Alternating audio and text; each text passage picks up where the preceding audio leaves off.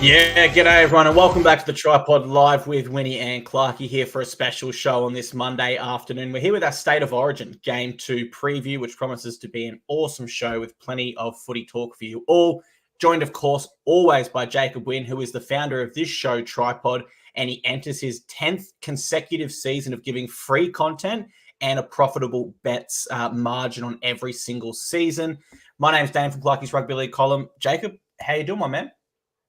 As I always say, not every single season, not this season. So I can't hide from that. And I am a bit deflated from game one, to tell you the truth.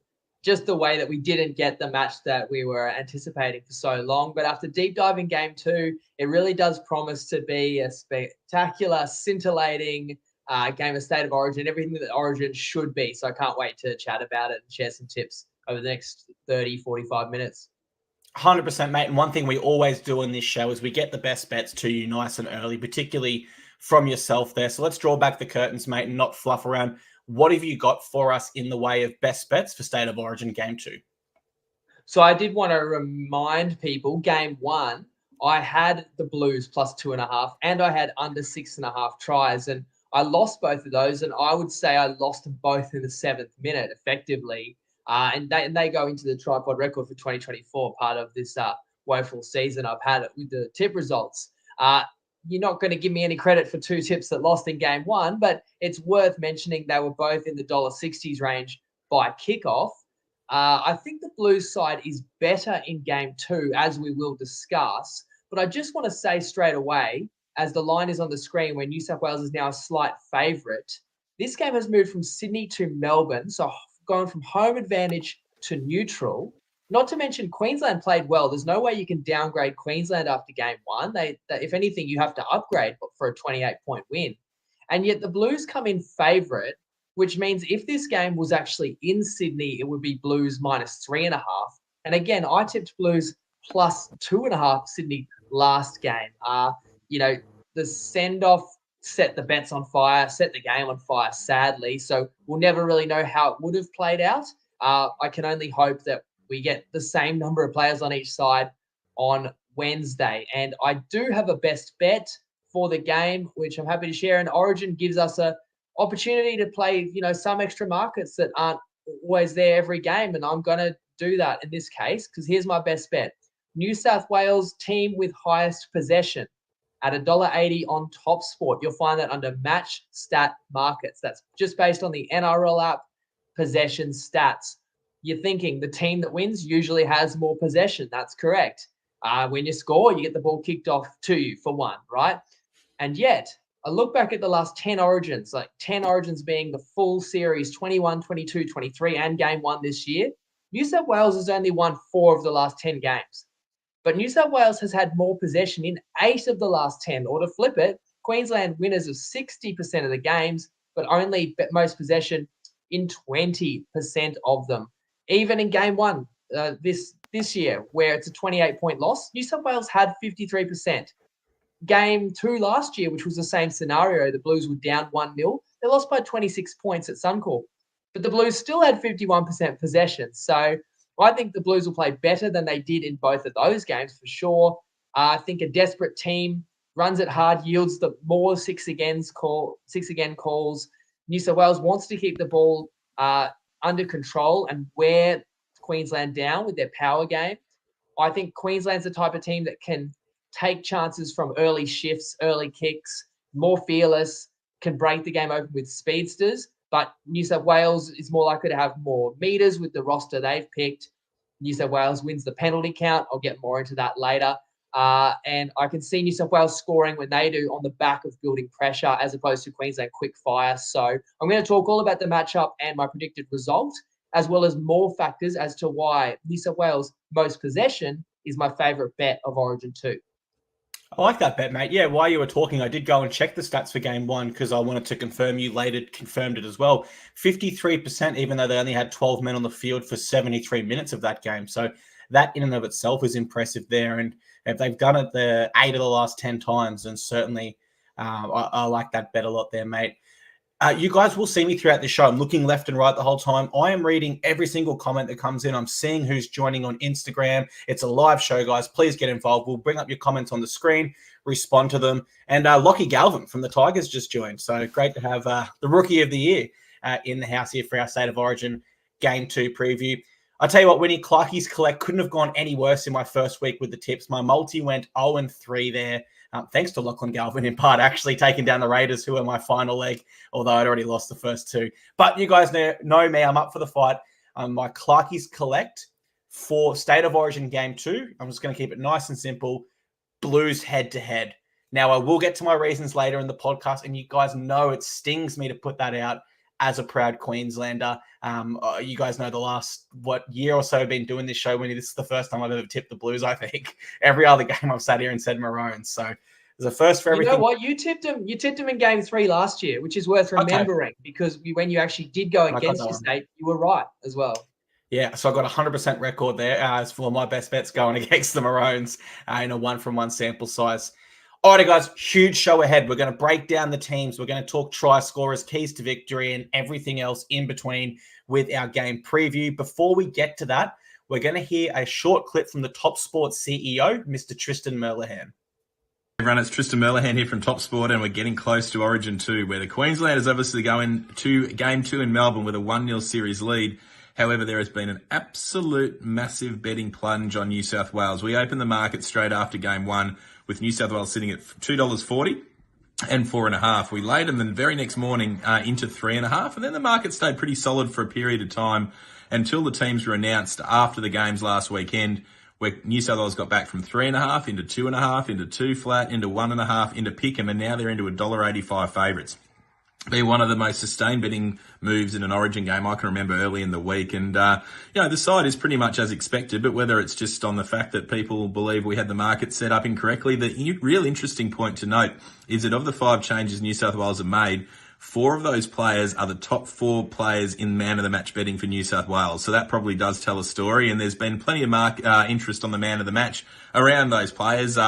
The series betting, though, that's an interesting one where, from us, the series score doesn't really matter. Our actual biggest liability was New South Wales 3-0. So that one's obviously gone, which is positive from our end. But the negative one is that we laid Queensland pretty significantly at $1.73.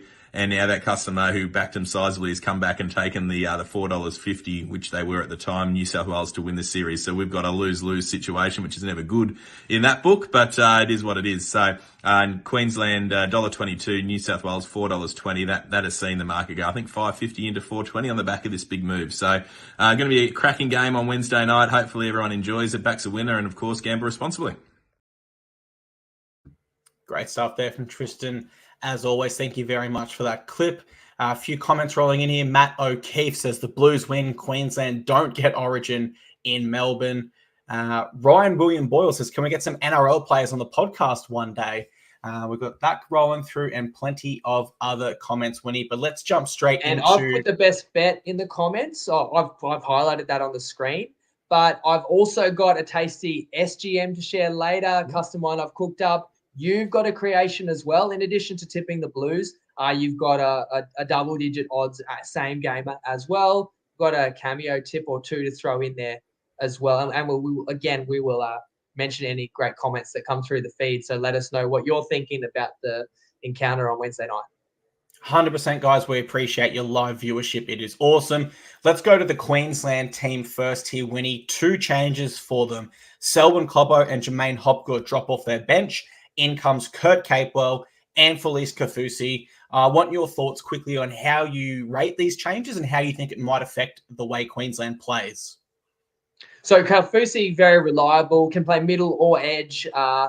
Swapping in for Hopgood, not a big deal to me. Capewell's mobile, good defender, but it's a different scenario now. If Queensland was to lose a member of the back 5, as they have in 5 of the last 7 games, it would be Kurt Capewell or Jeremiah Nanai shifting to centre. It's not as specialised cover and it's not as threatening of a weapon out there. However, if Queensland don't have to replace an outside back, now they come in with 4 forwards on the bench to combat the physical Blues pack.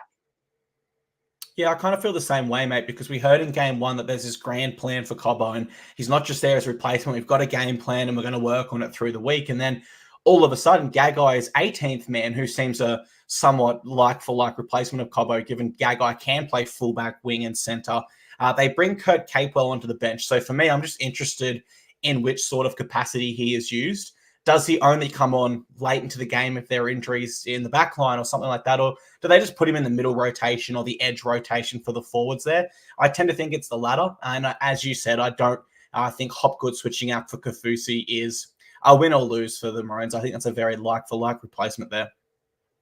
All right, Blues team, mate. James Tedesco out, Dylan Edwards in. Joseph Suaalii out, Latrell Mitchell in. Nico Hines out, Mitchell Moses in. Cameron McInnes out, Cameron Murray in. Hudson Young out, Connor Watson in. Plenty of changes there for the Blues, Winnie. Is there any you want to narrow in on or focus on those changes? So Latrell, just with his upside, not only what he does with the ball, but the attention that he commands from defenders, that's probably an upgrade.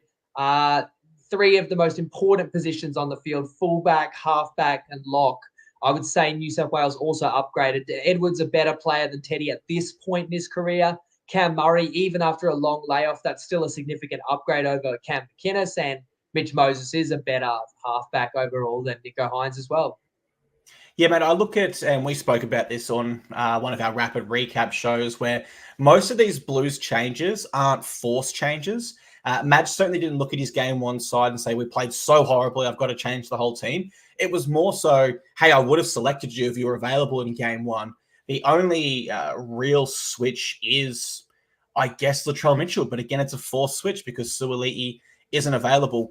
When I look at that Blues lineup, the only change I can really single out is probably starting Isaiah Yeo and having Cameron Murray come from the bench. And I just feel Yeo is more consistent as a starter. You look at the World Cup finals for Australia, throughout the whole final series and the championship, didn't miss a tackle. The Pacific Championship, the Kiwis rolled us. Isaiah Yeo, 40-plus tackles, didn't miss one. And I just think with Cameron Murray only having one game back on his belt, he is someone that is more suited to the bench for Origin because he can genuinely come on and improve the speed of your ruck on an edge or the middle, whichever you require. You know, it could be the left edge where they want to speed it up and allow Latrell Mitchell opportunities on the short side, or maybe they just feel they're getting dominated through the middle. I think that's more suited to Cam Murray's game. But outside of that, I think every single change for the Blues here makes perfect sense. Alrighty, let's move to some keys to victory, mate. So we'll talk about things that we really want to see from either state or things that we think each state needs to execute if they are to win this game. Let's start with the Queensland Maroons. They are up 1-0 in the series. What is their key to victory to wrap it all up?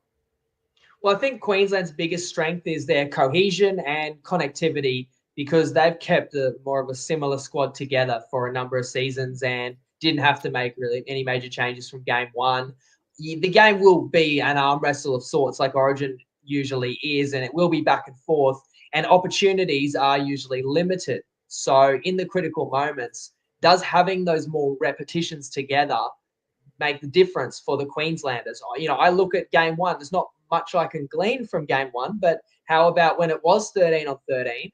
The opening try, you know, DCE just goes a short side on a dummy half scoot and catches New South Wales napping. But that doesn't work unless he has none other than Ben Hunt backing him up and kind of running off his hip as he steps back and he flings the ball back inside for the opening try.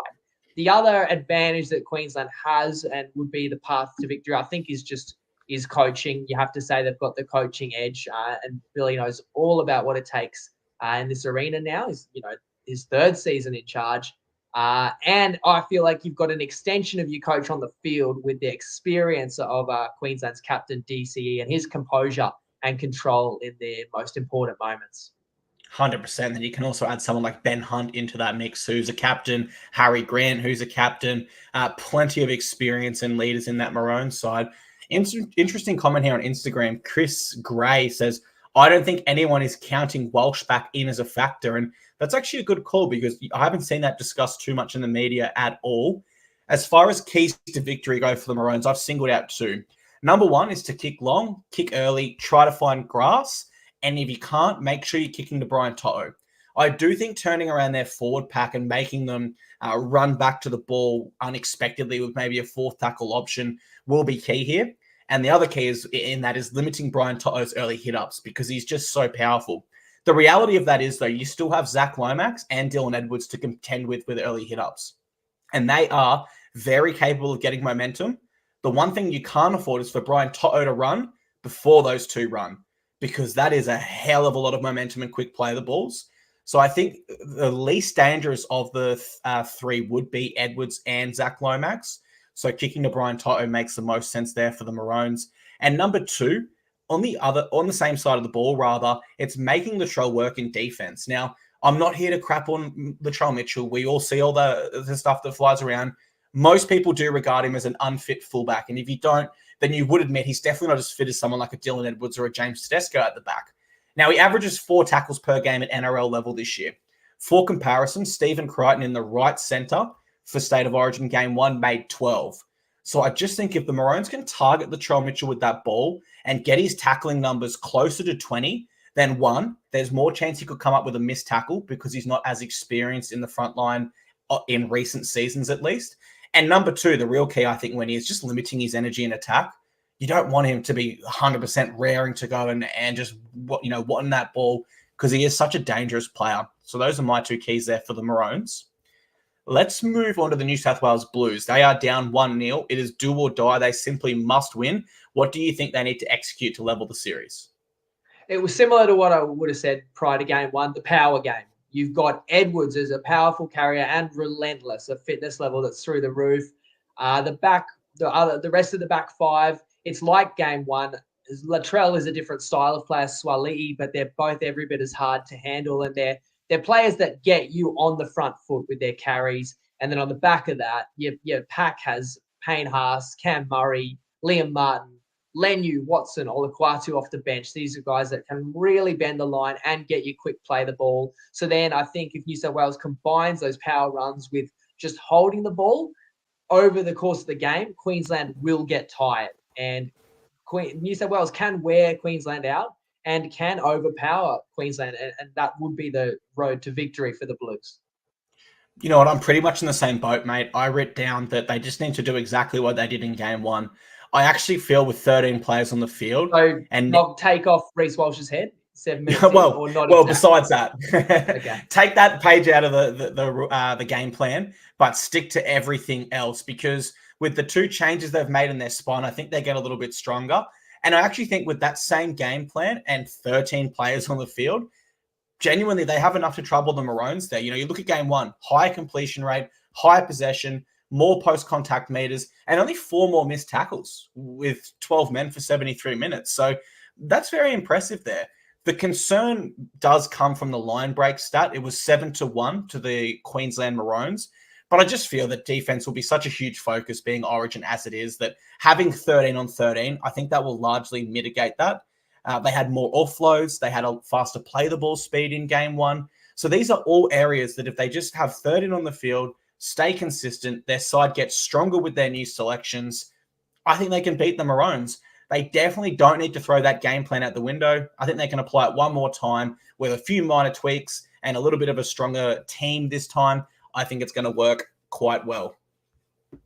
Alrighty, game preview itself now, Winnie. Let's jump into it. Here's some stats before we get your thoughts on the game for our listeners to consider. The Maroons have only ever lost one series after playing Game 1 in Sydney. After winning, Game 1 in Sydney. That was in 1994. The New South Wales Blues have won 4 of the 5 games played at the MCG, and only 10 series out of 41 has the side who lost Game 1 gone on to come back and win the series. Break it down for me, mate. How does this one play out, and how do the Blues get it done?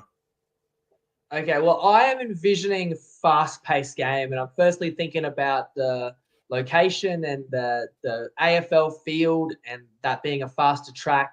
And as I said, Queensland being a fearless team that is not going to think twice if they think they can spot an opening. That's exactly how Queensland wants to play. They're happy to go back and forth and cycle with you, but if there's half an opening, the real strength of this Queensland team, and I've seen it in a couple of comments, I totally agree. Let's not underrate the fact that Reece Walsh might be the best player in the world right now, considering Cleary's injured. the hammer is going as well as any outside back in the comp too. And these guys want to operate in space, and they'll take New South Wales on from anywhere in the field as well. It's not like they're necessarily waiting for good ball. If the opportunity's there, Queensland will go the early shift just to test out these New South Wales edges. And New South Wales will not be able to stop Queensland entirely, but the Blues must firstly limit the opportunities that Queensland gets. And then there're just going to be moments where players are isolated, and New South Wales is going to have to come up with great defensive plays. I mean, you have Crichton, who's probably the best defensive centre in the game. He's marking up on Hamiso. That matchup, Crichton versus Tabuai-Fidow, could decide the game and could be my favourite matchup to watch the whole contest. And then I had the same note that you talked about. Latrell in attack, we know what he brings to the table, but he's defending in the front line for 80 minutes. It's a question mark, and it's on DCE's side of the field. He'll be asking all night. And as well as Walsh sweeping around the back, at any moment, DCE will also drop it on the boot in behind. You've got Nane out there as well for a short ball, all for the kicking option. Holmes can swoop on a kick in behind too as a constant threat. I can talk a bit more about how I see New South Wales playing, but what about yourself? What are you looking forward to? Yeah, I think for me, when I break this one down and the reasons why I am leaning towards the Blues, desperation comes into it.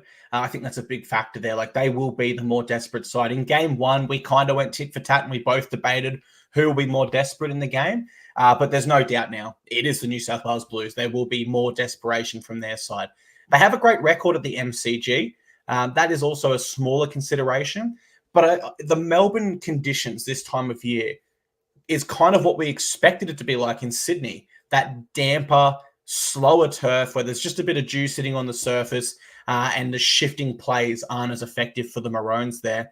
This game could be what we thought game one would be, a really low-scoring affair where not too much happens. I certainly hope it's not. I don't think it will be, but there is certainly that chance as well.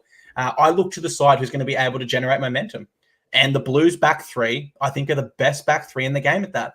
Lomax, To'o, and Edwards starting your sets is absolutely incredible. And it is something that Mitchell Moses can get off the back of. We saw him for the Eels a few weeks ago down the short side multiple times, how dangerous he can be with that. We know they've got strike weapons out wide if they choose to shift it wide and early.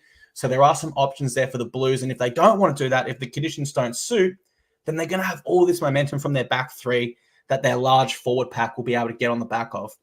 That leads me to the interchanges. Connor Watson speeds up the ruck at lock. Isaiah Yeo, one of the best defensive players, slows down the Maroons ruck for sure. Spencer Laniu and Hamoli Olakau'atu. Now, if you were building a side that, you had to pick the best team in the world and you were looking for spark off the bench, they could be your selections for the middle and the edge, certainly. And no one would, not too many people would disagree. Whereas I go to the Maroons bench and Harry Grant, brilliant, but we know the role he plays. Moeki Fotuaika, he's a genuine middle. He is a very good middle. Felice Kafusi, a strong veteran presence there, but he is averaging less than 100 meters so far this year. And Kurt Capewell, well, he's only played 9 games this year, and he's only averaging 55 meters per game, which is not quite up to his standard when he was last in this Maroons side. So I hope my state don't turn on me. I certainly want the Queensland Maroons to win from a fan's perspective, but if I've got to give a tip here for the punters, I am going to go the Blues. I think it'll be a tight one, 1-12, and I reckon the Blues will get the job done, and that's why I've put them forward for my one tip of the week, mate. What sort of margin are you expecting? You think that 1-12, or is a blowout possible? For which team? I haven't said who's going to win yet. Well, so how do you... I'll tell you, I'll keep everyone in suspense much longer, but just on your point about maybe less impact and strike off the Queensland bench, Queensland doesn't have as big of a pool to draw on. It's just a shame that there is no great impact forward out there that's eligible for Queensland that could come in and run hard and break tackles and threaten the defense. If Dave Feeder was... I was going to say there is one. But unfortunately, we have to pick Kaufusi and Capewell, and I'm saying it, I'm being sarcastic, but I don't doubt Billy Slater, honestly. I feel like there's reasons we haven't heard, but you have to trust. You can't second guess what he's been able to do. We also disagree a little bit just in terms of maybe the playing surface, the conditions, because I talked about I feel like it's a cricket pitch. It's a AFL field. Like they're typically firmer underfoot, and I could see it being faster as opposed to I really did think it would be a heavy track, slower game, play into the hands of forwards in game one, especially because it was like a half a week of rain leading up to the game, where I don't believe that's the case this time. But how I saw the game going out was kind of blown out of the water with the send off anyway, because everyone would have to agree that like a lot of Queensland's tries either came through exposing that position that Suaalii left vacant, or on the back of fatigue, broken tackles, and a lot of long range tries. So again, I didn't want to, try and suggest a lot would be similar to game one. I talked about how I think New South Wales wants to play and what their best attributes are, but I haven't mentioned refereeing yet. And, you talked about desperation. I'm not a conspiracy theorist, but it's just the fact that the team down 0-1, they do win more often than not. In addition to being more desperate, I feel like it's almost subconscious that the referee, if they're going to get one wrong, if they're going to give a 50-50 call, it's more likely to be in favour of the team that's down 1-0. Not many people are going to remember this, but look at game 2 last year. Now, Queensland won that game 32-6, but I'm here to tell you, the Blues got the majority of calls in that game. The refereeing really did keep New South Wales in it. People forget New South Wales had the majority of field position in that game. Like I already talked about possession stats. New South Wales had more possession in that game. New South Wales lost game 2 last year, 6-1. But the penalty count was 8-2 in New South Wales's favour. And I just have to say that credit to Queensland. I thought that was probably their best performance under the Slater era, especially defensively. Queensland was inspired in front of their Suncorp fans, and there just was no way through for the Blues. It wasn't for lack of opportunities, but Queensland was a brick wall in game 2 last year, and eventually blew the scoreline out late. And I think Queensland's going to come in expecting similar. That Queensland will expect that nothing's going to come easily for them, and that New South Wales may get the rub of the green. And I think Queensland's mature enough to not be fazed by that. And I'm talking about this because some people might think, it'll be a fair contest, or Blues fans think that Queensland always gets the better calls or whatever. But I'm just telling you that it's much more likely that the refereeing decisions will favour New South Wales. You talk about 6 agains. You get 6 agains, you do get a reward for those hard runs, those power runs, which is New South Wales is going to have cascading into the Maroons line all night long. And on top of that, natural desperation, which when you are desperate, it can lead to more mistakes, but it can also just fuel the intensity that I think the Blues will have in abundance in this game. So it goes back to if the Blues can take care of the ball, and on the back of the Moses kicking game, which will counteract what was a strong advantage to Maroons in game 1. Now both sides have elite kickers.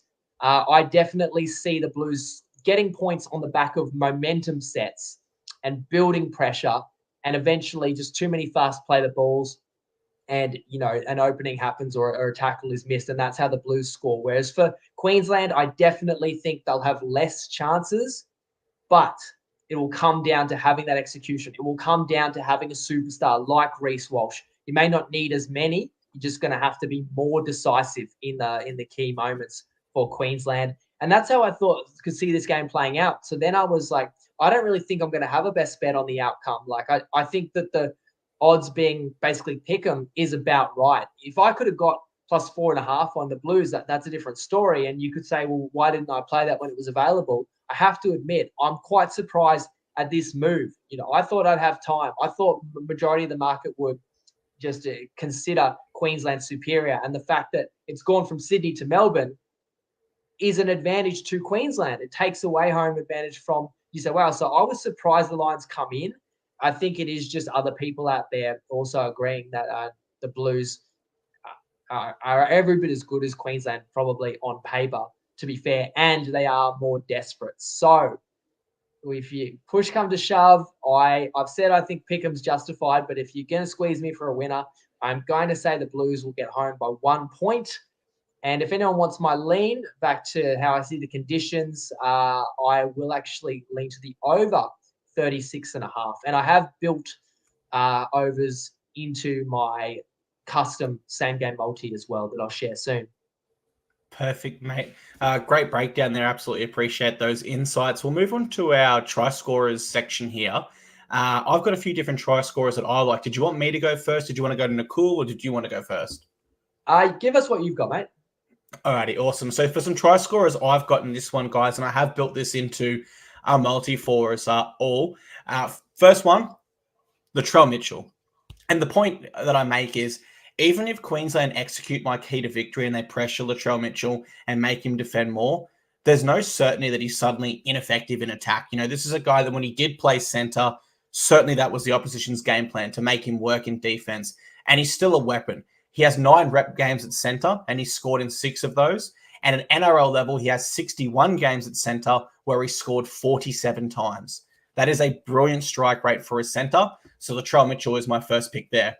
Second pick, I'm going to the other state now. I'm going to go Hamiso Tabuai-Fidow. And you guys know I've been so keen on Valentine Holmes all last series and in game 1 this year, but I've got a new love, and it is the hammer. The most ever try scored in an Origin series is 5, and the hammer has 3 already. I'm going to back him to break that this series. I reckon he'll score more than 5 throughout the whole series here and take that record. So those are my 2 main picks, Latrell and the hammer. Where I'm going to add some value into this and where I think that there are 2 more solid options, both fullbacks. Now, both fullbacks are completely different players, but they do play to the strengths of what both states need. The Blues are going to need a tough, gritty fullback that's going to get into the line, create extra numbers, have tough early hit-ups, and that's Dylan Edwards to a T. The Maroons need a fullback that's going to sweep early, pressure the edges, and always present an extra number and threat that way. And that's Reece Walsh. So, along with my main picks of Latrell and the hammer, I am also throwing in Dylan Edwards and Reece Walsh. Now, with Top Sport, we've created a custom market, which you can find under Sports Rugby League, and it's called Clarkey's Collect Same Game Multi. Any 3 of those 4 to score pays $10. So I like those odds there. When any 3 of those players to score, you get $10. And if you want a longer shot and you do see it being a higher scoring game in line with what you said, probably being the overs, if you put all 4 players together, it's actually $84, which is huge. But given I did lose my Clarkey's Collect for last round, I want to be a little bit cautious here, mate. So any 3 or 4, $10 odds, you can get it on Top Sport under Clarkey's Collect Same Game Multi. What are your thoughts on that one? It's one of those ones where it's very hard for people to visualize what the odds should be. Am I getting a good price?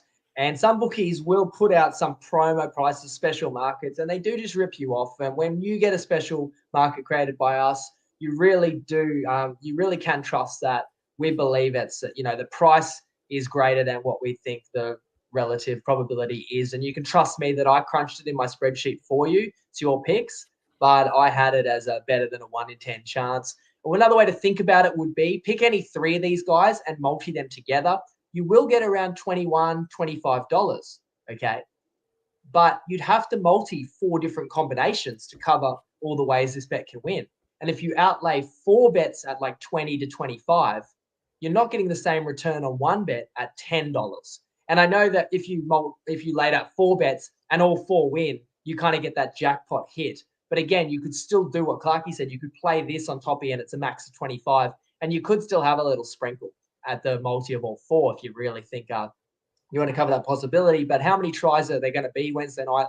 How many individual try scorers? I'd say somewhere from 3 to 7.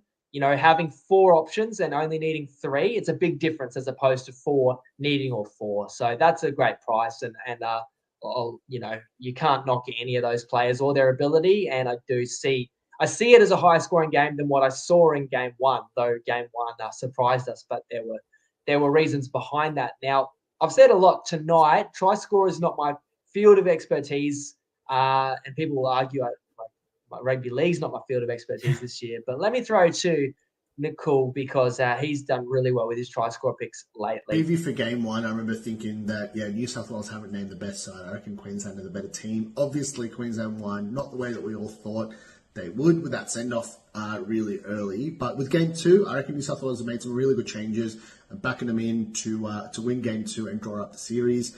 With my picks, guys, I've gone into detail. There's a few more picks than what I'm going to say on here. So article and podcast free, ready to go. Google Wiki Linktree, it is all there. So is the odds comparison tool for player of the match as well, and try scorers. You can find the best price across a few different bookies. I think we've got 8 or 9 bookies up now. So I'll get to it, guys. Try scorers. I've gone my roughie is Lindsay Collins. He's FTS and LTS 67s on 365 and tab. Dearden is first and last separate at 34s on 365. So I really like the value there. Player of the match, I'll just go with one for now. Trial Mint, I reckon he's going to have a huge impact. 15s on BetRight, 14s on Toppy. Hopefully that price is still around. As I said, there's a bunch more that I've broken down in the article and podcast, but for now, I'll let you guys go back to Winny and Clarkey. Good luck, punt responsibly, and enjoy game 2. Thank you very much to Nicole for that insight there. We'll move to our next section, Winnie. We're going to talk Wally Lewis medal. Shall I do my same gamer? To be fair, it doesn't have any try scorers, but I'll throw it in there too. You'll find it in the same place as Clarkey's SGM, so it's with Toppy as well. My one's, I think it's just called TryPod SGM, something pretty simple. You'll find it.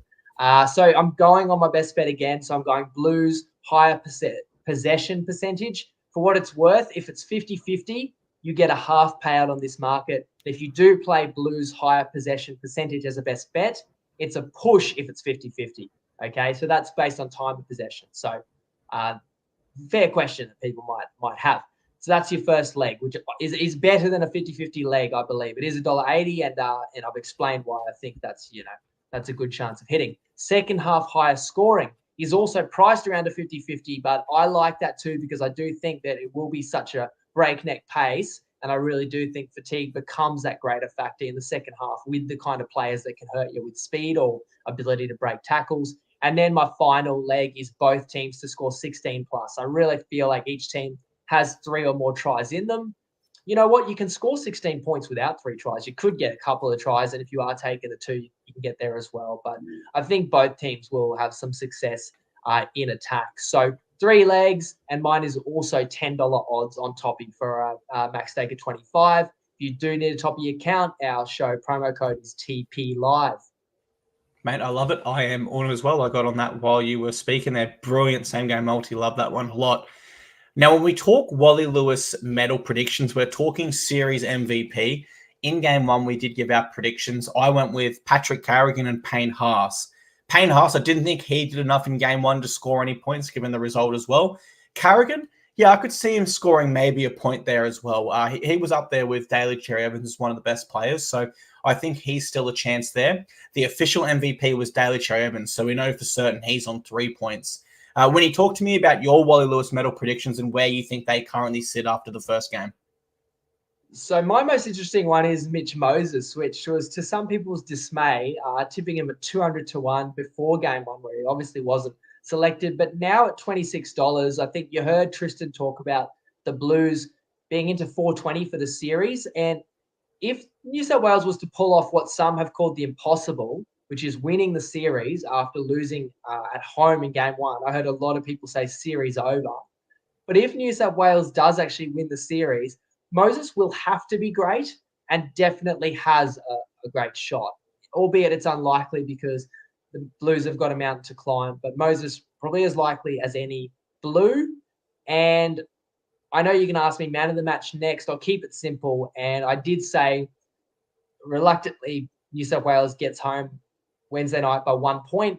So let me just suggest it's a Moses field goal. He kicks all his goals as well and gets man of the match. And I do think if you like the Blues, $10 about Moses. I think there is a tendency when a team wins after they lost the first game by 28 points, it's more likely to go to a new player. You can say, look, this guy came in, made the difference, kind of like Cody Walker last year.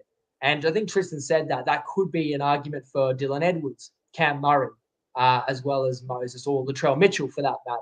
So that's where I'd be looking.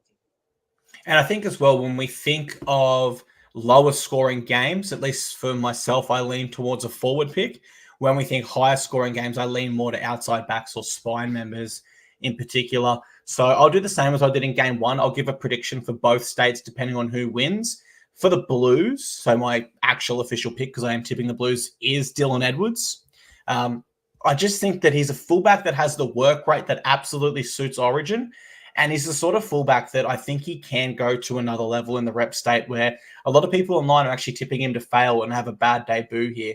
He makes a ton of meters. He gets through a ton of work. He's experienced. He's safe at the back. And he's a fullback that has stepped up and won the Clive Churchill medal before, ahead of other star players such as Nathan Cleary, Jerome Luai, Isaiah Yeo, etc., etc.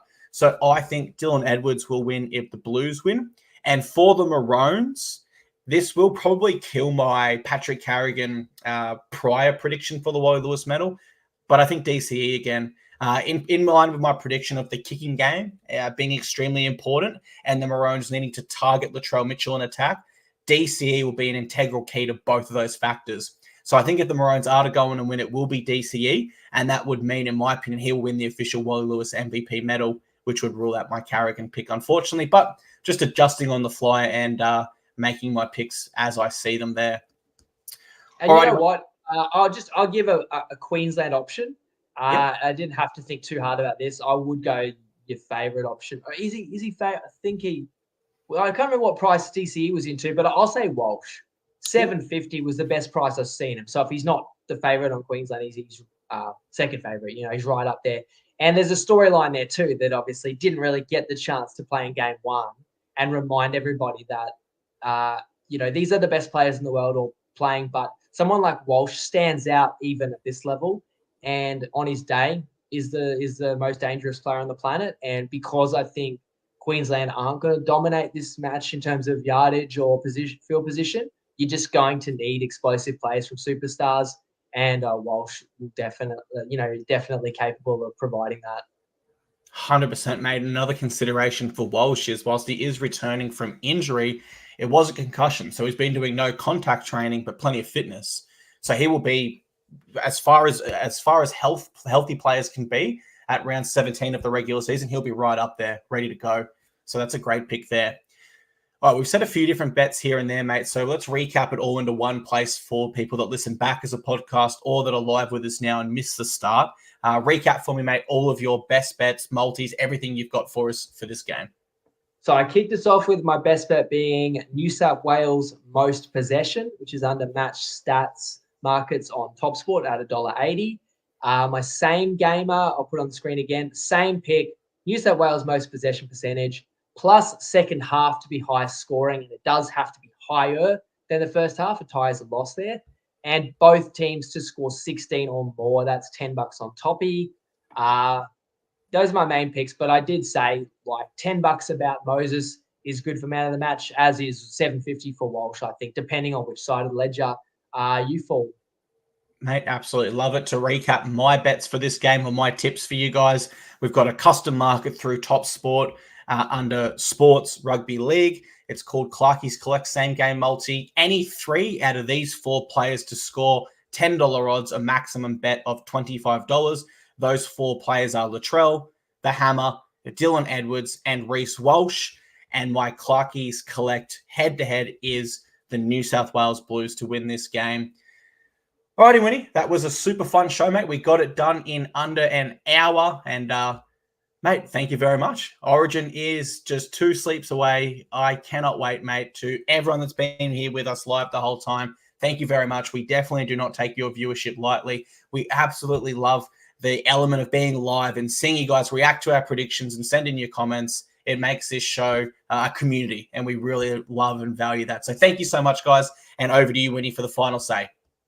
Yeah, we love our community and we love the game of rugby league, and there's nothing better than Origin, and you're getting the best players in the world and then putting them in the furnace and under the greatest amount of pressure. And there's just nothing better than a game that's just in the balance, at any moment can break it apart, and every moment, every run, every tackle matters. And we kind of got robbed of that in game one after, we wait all year to get to that point. We get so excited.